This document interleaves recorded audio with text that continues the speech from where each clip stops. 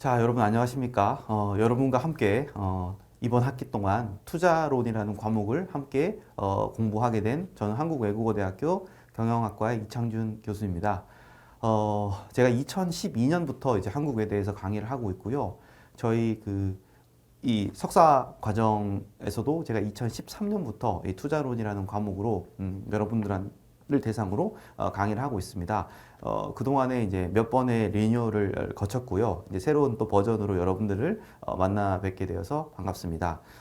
어, 오늘 이제 1주차 1차 시에서는 그 과목 소개, 우리 이제 과목 소개 및 그 투자의 배경과 과제, 그 중에서도 1차 시에서는 과목 소개 및 이제 특히 금융 자산의 중요성, 요런 이제 소주제를 가지고 여러분들과 함께 수업을 진행해 보도록 하겠습니다. 예, 이 본 과목은 이제 투자론이라는 과목이고요. 뭐 사실 투자론이라고 하면 이제 경영학과 특히 재무 분야에서는 뭐 기초 과목 중에 하나죠. 그래서 여러분들이 우리 이 석사 과정에서 제가 추천하기로는 여러분들이 이 재무관리라고 하는 이 과목을 수강을 먼저 하시고 제 투자론을 들으시면은 조금 더 이해가 잘 될 거다, 그렇게 말씀을 드릴 수 있을 것 같고요. 뭐 재무관리를 듣지 않았다고 하더라도 제가 이제 기본적으로 우리 MBA 과정에서는 여러분들이 학부에서 대학에서 그 경영학을 접하지 않았다는 것을 이제 전제로 하고 강의를 하기 때문에 뭐 재무관리를 수강하지 않으셨다고 해도 이 투자론이라는 과목을 수강하기가 그렇게 어렵게 이제 생각되진 않습니다. 예, 그 정도로 말씀드릴 수 있고, 투자론이고요. 뭐 근데 다른 학교에 가보시면 여러분들이 이제 투자 전략이라는 과목으로 나오기도 하고요. 또는 뭐 포트폴리오 전략 또는 뭐 포트폴리오 투자 전략, 이런 과목으로 나오기도 해요. 그러니까 무슨 말씀이냐면 여러분들이 이제 저랑 한 학기 동안 이제 공부를 하실 텐데 개별 주식 하나하나에 대해서 우리가 뭐 그 주식을 투자를 해야 된다 또는 투자를 하지 말아야 한다, 그런 내용을 강의하기보다는 여러분들이 뭐 1억, 예를 들면 1억이라고 하는 자금을 이제 여러분들이 운용을 한다라고 했을 때 내가 이 1억을 어떻게 나누어서 투자를 하는 게 좋은지, 예를 들면 뭐 단기 자금으로는 어느 정도 내가 굴리는 게 좋고, 뭐 주식에 어느 정도, 뭐 채권에 어느 정도, 그 다음에 뭐 부동산이라든지 금이라든지, 그렇죠? 그런 자산에 어느 정도, 1억 가지고 부동산에 투자를 할 수 있나, 이렇게 생각하실 수도 있는데, 요즘에는 이제 뭐 리츠라 그래서 그 부동산의 가격의 흐름에 연동되어 나오는 어떤 이런 펀드 같은 것들이 있기 때문에 여러분들이 공부를 하시면 충분히 투자를 하실 수 있습니다. 그래서 제가 말씀드리고 싶은 것은 이 과목은 하나하나의 어떤 종목에 대해서 디테일하게 분석을 하기보다는 그걸 제가 지금 방금 말씀드린 걸 포트폴리오라고 할 수 있겠죠. 여러분들이 1억이라고 하는 돈이 있을 때 그 돈을 어떻게 이제 잘 자산 배분을 해서 운용하실 수 있는지, 그러한 이제 이론과 어떤 실제에 대해서 여러분들에게 강의를 하는 내용이다, 이렇게 보시면 될 것 같아요. 저는 이창준이고요. 아까 말씀드린 것처럼 이제 외대에서는 2012년부터 제가 이제 강의를 하고 있고요. 뭐 혹시 저한테 이제 궁금하신 내용이 있거나 뭐 하고 싶은 말씀이 있으시면 제 학교 이메일 주소로 이렇게 주시면 제가 빠르게 답변을 그렇게 드리도록 하겠습니다. 예, 저는 이제 학교에서 강의도 하고 있고, 이제 그 투자론 관련해서 제 전공이 이제 재무 분야 중에서는 투자론인데요. 뭐 예를 들면 뭐 국민연금에서의 활동이라든지, 뭐 우리 기획재정부에서 뭐 기금평가라든지, 아니면 공공기관 경영평가라든지, 하여튼 그 연기금과 관련된 여러 가지 위원회, 뭐 자산운용위원회, 뭐 리스크관리위원회, 성과평가위원회, 이런 위원회를 포함해서 어쨌든 이제 연기금과 관련한 여러 가지 이제 자문 활동들을 뭐 많이 하고 있습니다. 그래서 제가 이제 하고 있는 어떤 그런 외부 활동 관련해서도 여러 가지 에피소드가 있으면 여러분들한테 수업 시간에 조금 이렇게 전달해 드릴 수가 있을 것 같습니다. 예.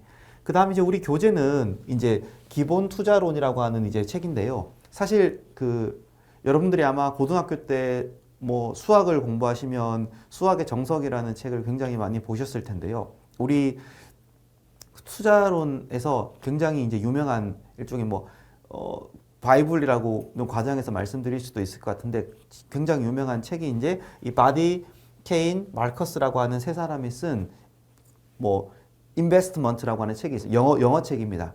인베스트먼트라고 하는 책이 있고 그 다음에 이제 제가 여기서 교재로 삼은 책은 이제 좀 그거에 좀 가벼운 버전, Essentials of 뭐 Investment 이 정도 될 것 같아요, 영어로. 그래서 여러분들이 뭐 내가 영어에 자신이 있다, 영어를 잘한다 그런 분들은 이제 원서로 봐도 되는데요.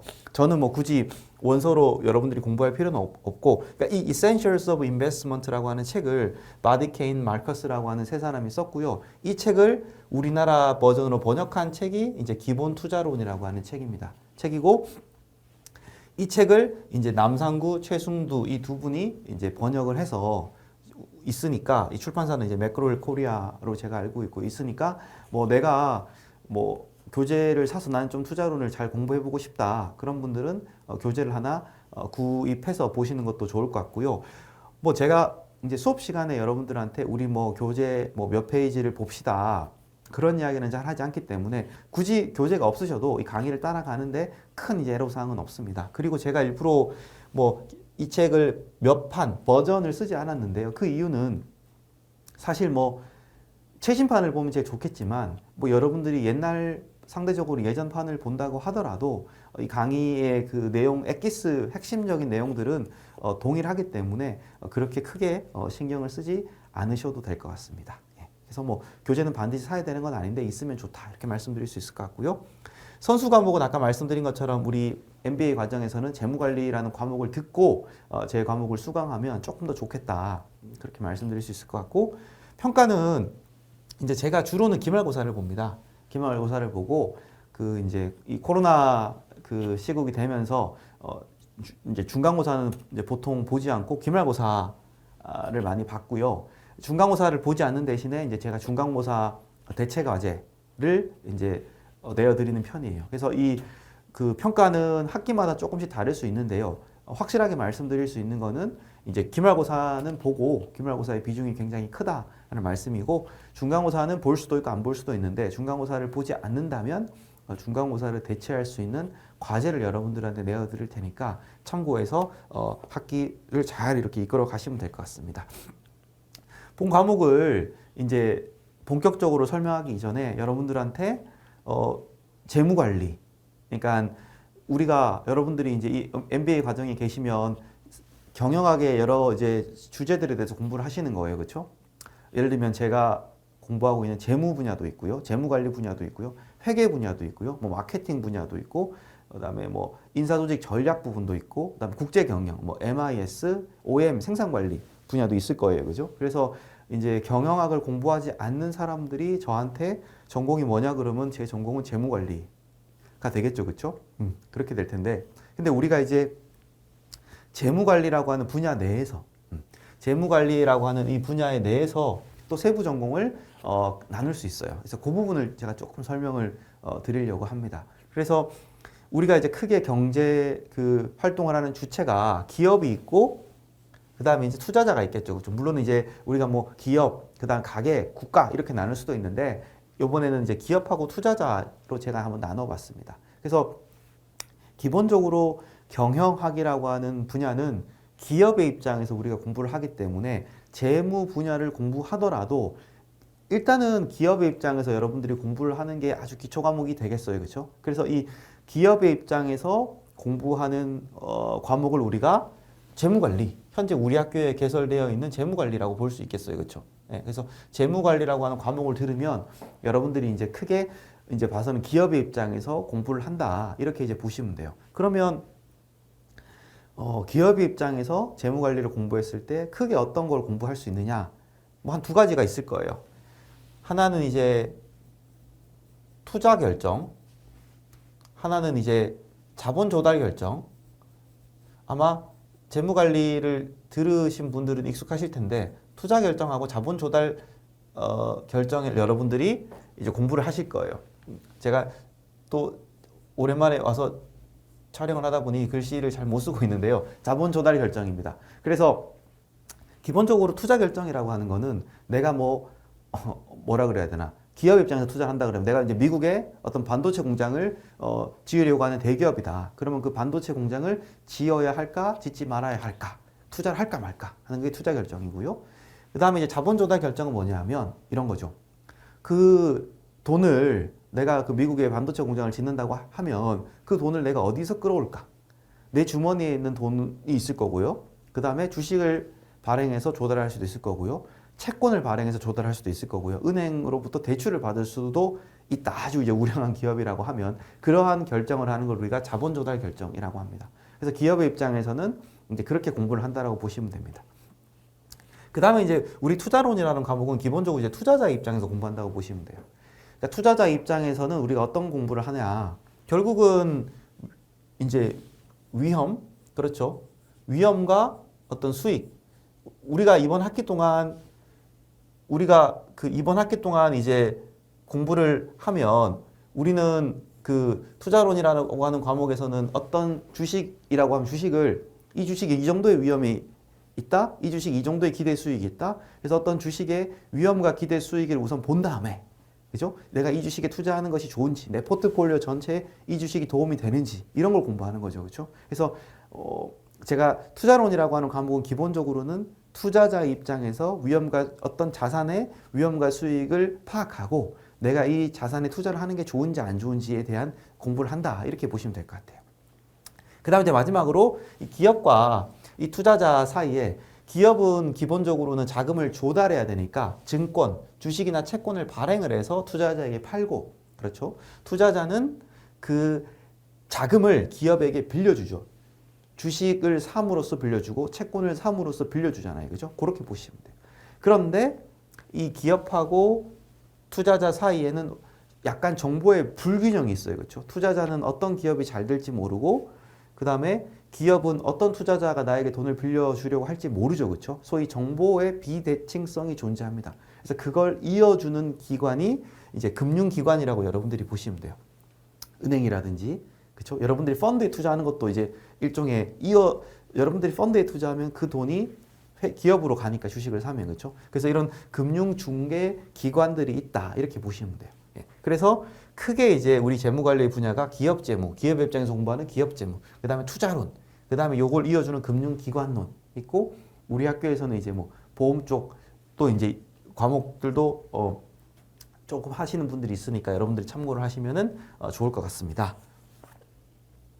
예, 그래서 그 우리 투자론에서는 제가 좀 말씀을 이제 드리긴 했는데 이런 내용들을 공부할 거예요. 그래서 뭐 이걸 다 설명드리기는 어려울 것 같고, 뭐 처음에는 이제 우리가 금융 자산 및 시장에 대해서, 그러니까 우리가 투자론에서는 주로 그 주식, 채권 이런 금융 자산, 그다음에 뭐 부동산, 뭐 인프라 이런 실물 자산들이 있다고 하면 우리는 주로 주식, 채권과 같은 이제 금융 자산을 공부할 겁니다.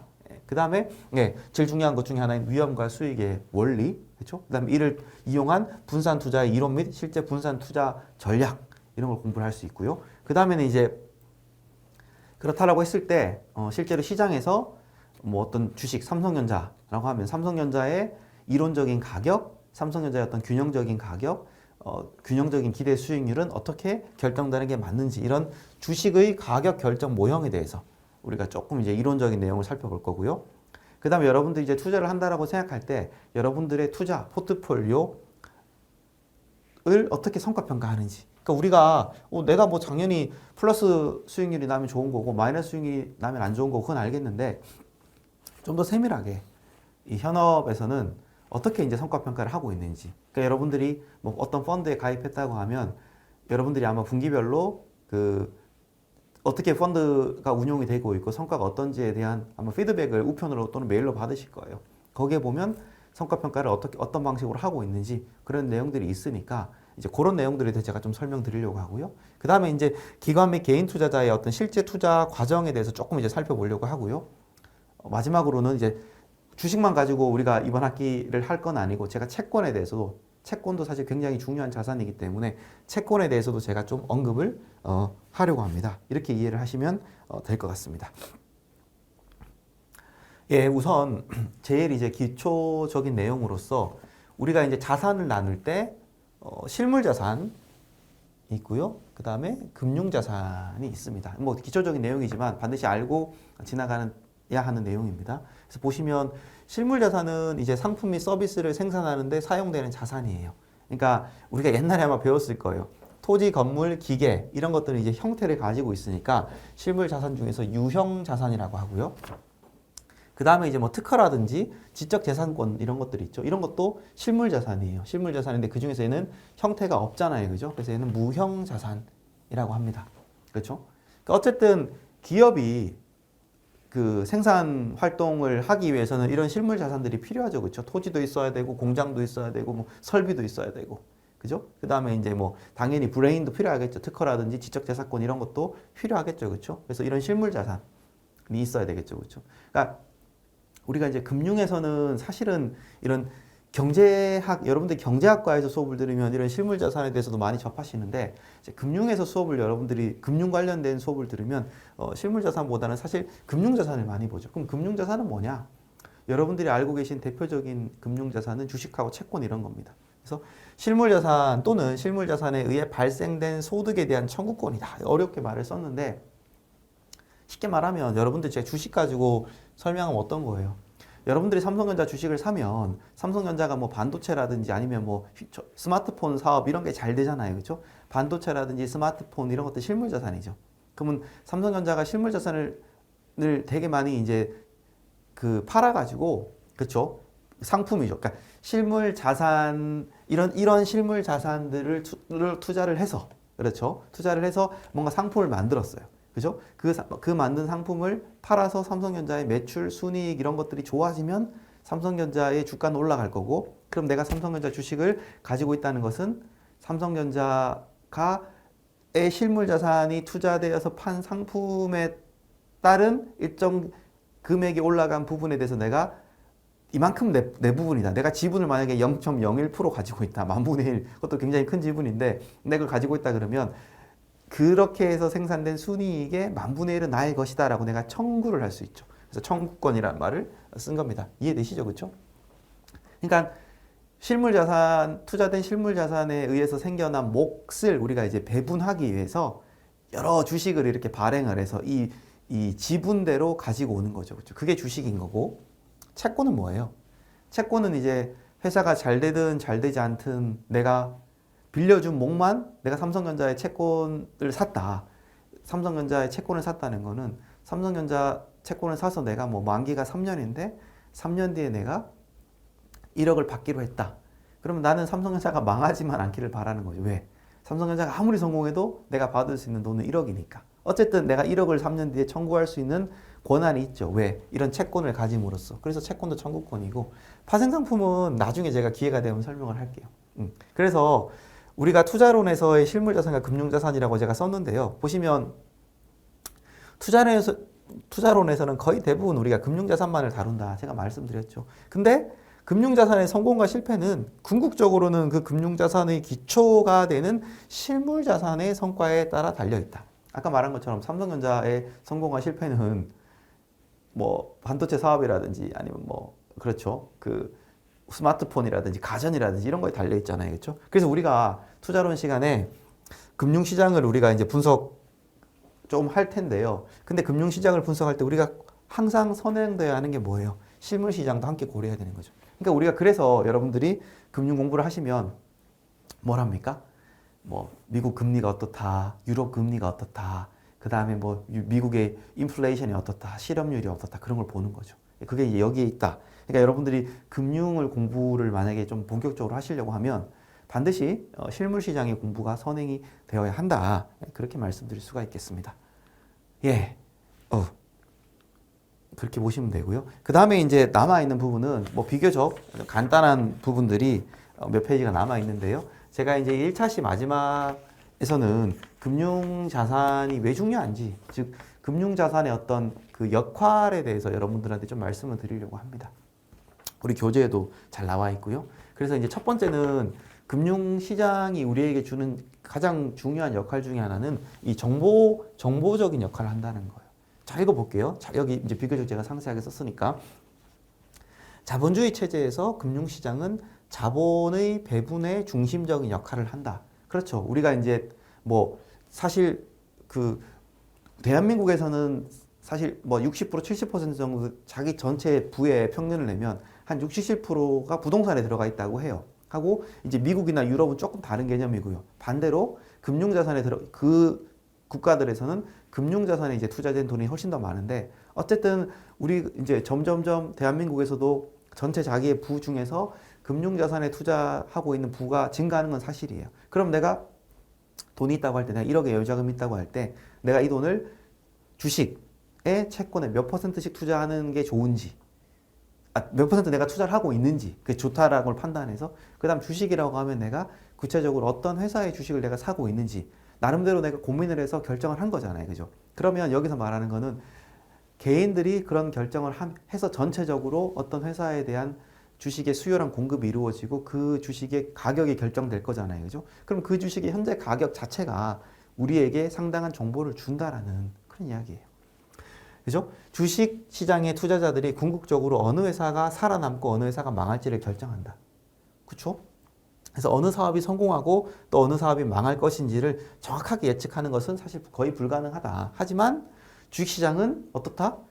그 당시로서는 가장 좋은 전망을 가진 것으로 보이는 회사의 자본이 배분되도록 장려한다. 따라서 그 딱 상태를 보면 스냅샷으로 그 상태를 보거나 아니면 비디오로 동영상, 시간에 따라서 어떤 회사의 주가가 어떻게 움직이는지를 우리가 보면 아, 사람들이 이 회사에 대해서 어떤 뷰를 가지고 있구나 하는 걸 우리가 이제 짐작할 수 있고 그것이 금융시장이 우리에게 주는 정보다. 우리가 이렇게 이해할 수도 있다라는 겁니다. 예. 그 다음에 두 번째는 소비의 시점을 조절한다. 쉽게 말하면 냉장고 같은 거죠. 그렇죠? 그래서 이제 우리가 금융시장이 만약에 없다면 현재 소득한 부분에 한해서 우리가 소비를 할 수 있겠죠. 그리고 남는 부분은 내가 이자를 추구할 수도 없겠죠. 그냥 뭐 내 금고에 넣어둬서 미래에 그 금액만큼만 소비를 할 수 있겠죠. 만약에 금융시장이 없다면. 그렇죠? 그런데 우리는 금융시장이 존재해요. 그죠? 금융시장이 존재하기 때문에 소비를 이전시킬 수 있죠. 소비를 이전시켜서 가장 만족이 커지는 시점으로 소비를 배분할 수 있도록 도와준다. 내가 돈이 좀 남으면 여러분들이 뭐 투자를 할 수도 있고, 그죠? 내가 돈이 부족하다. 대부분 이제 부족하니까. 부족하면 이제 좀 은행, 뭐 주로 은행, 그죠? 은행에서 우리가 대출을 해서 오늘 소비를 좀 늘리고 그걸 이제 미래에 조금씩 갚아 나가는 그런 이제 거를 이제 이 금융 시장이 우리한테 해줄 수 있게 도와준다라는 거죠. 그래서 이 부분은 여러분들이 소비 시점 조절하는 것은 금융 시장이 굉장히 큰 역할이에요. 인데 여러분들이 충분히 이제 이해하실 수 있는 그런 개념입니다. 그 다음에 이제 세 번째, 금융 시장이 금융자산이 어떤 역할을 하느냐? 위험을 배분하는 역할을 한다라는 거죠. 그렇죠. 그래서 사실상 모든 실물 자산은 어느 정도의 위험을 가진다. 그렇죠. 아까 제가 말씀드린 것처럼 반도체라든지 2차 전지라든지 이런 것들도 다 경기를 엄청 많이 타요. 그렇죠. 선박, 그렇죠. 뭐 철강, 그렇죠. 이런 경기를 굉장히 많이 타는 이제 회사들이고 상대적으로 경기를 안 타는 회사들이 뭐 생활 필수품 회사, 뭐 우리나라로 치면 이마트라든지 뭐 농심이라든지 그다음 보험 회사들, 그렇죠. 그다음 이제 우리 지주 회사들 이런 회사들이 상대적으로 덜 타죠, 그렇죠. 금융자산들은 투자자들의 위험에 대한 선호에 따라 다양하게 제공된다. 그렇죠. 내가 만약에 위험을 굉장히 싫어하는 사람이다. 그러면 저위험, 저수익 상품이 있고 나는 좀 위험을 좀 추가하려고 준비되어 있다. 그럼 상대적으로 고위험, 고수익 상품이 있고 그런 거죠. 즉 보다 낙관적이나 위험 수용 능력이 있는 투자자는 주식을 매입할 수 있고 위험 회피가 큰 투자자들은 채권을 매입할 수 있다. 그러니까 투자자들의 위험 성향에 따른 다양한 상품들이 준비되어 있고 이제 그런 상품의 각자의 취향에 따라 투자함으로써 적당한 수익을 적당한 위험에 맞춰서 낼 수 있는 것이 금융 시장의 굉장히 큰 역할이다. 이렇게 우리가 볼 수 있겠습니다. 그 다음에 이제 그 마지막으로 제가 만든 슬라이드는 이 금융 시장이 있음으로써 일종의 소유와 경영을 분리시킬 수 있는 그런 역할을 한다는 거죠. 그러니까 우리나라 소위 재벌로 대표되는 우리나라 기업들은 아직까지도 이 소유와 경영이 분리되어 있지 않는 경우가 많아요. 근데 제가 이제 결론부터 말씀드리면 소유와 경영이 분리되어 있는 게 좋다 나쁘다 그거는 이제 사람들마다 연구자들마다 나누어져요. 그러니까 소유와 경영이 분리되는 게 무조건 좋다라고 말할 수는 없는 것 같아요. 제가 이쪽 분야의 전문가는 아니지만 이제 여러 연구들은 이제 그렇게 말을 할 수 있어요. 근데 여러분들이 이제 삼성전자의 주식을 여러분들이 마음을 먹으면 살 수 있잖아요, 그죠? 네. 삼성전자 주식을 산다는 거는 여러분들도 삼성전자에 대해서 어느 정도 지분을 가진다는 거기 때문에 소유를 하게 되는 거죠. 그래서 그런 주식들이 여러 사람들에게 발행된 공모, 즉 공개적으로 발행되게 함으로 인해서 우리가 이제 금융시장이 소유와 경영을 분리시킬 수 있게 해준다라는 역할을 한다라는 거예요. 그래서 금융자산은 기업의 소유와 경영의 분리를 가능하게 한다. 예? 소유와 경영의 분리가 반드시 좋은 것만은 아니다. 한편 소유와 경영이 분리되면 소위 이제 대리인 문제, 안 좋은 점 중에 하나가 대리인 문제라고 하는 게 발생할 수 있어요. 소유와 경영이 분리되면 좋은 거는 소유자와 다르게 전문 경영인이 경영을 해서 회사의 이익을 극대화시키기 위한 노력을 하기 때문에 좋을 수 있어요. 그렇죠? 그런데 그 전문 경영인은 회사의 소유주는 아니잖아요. 그죠? 소유주가 아니기 때문에 소유주가 감시를 하지 않으면 경영하는 사람이 경영자 자신의 어떤 이익을 위한 행동을 할 수도 있겠죠. 그렇죠? 그런 걸 우리가 이제 회사의 주인과 이제 경영자가 다른 대리인 문제라고 하는 거예요. 그래서 대리인 문제는 굉장히 심각한 문제죠. 그래서 우리가 이 대리인 문제를 완화시키기 위해서 여러 가지 이제 메커니즘이 사실 존재를 해요. 예를 들면 경영자의 소득을 기업의 성공과 연계시켜서 주는 보상 체계.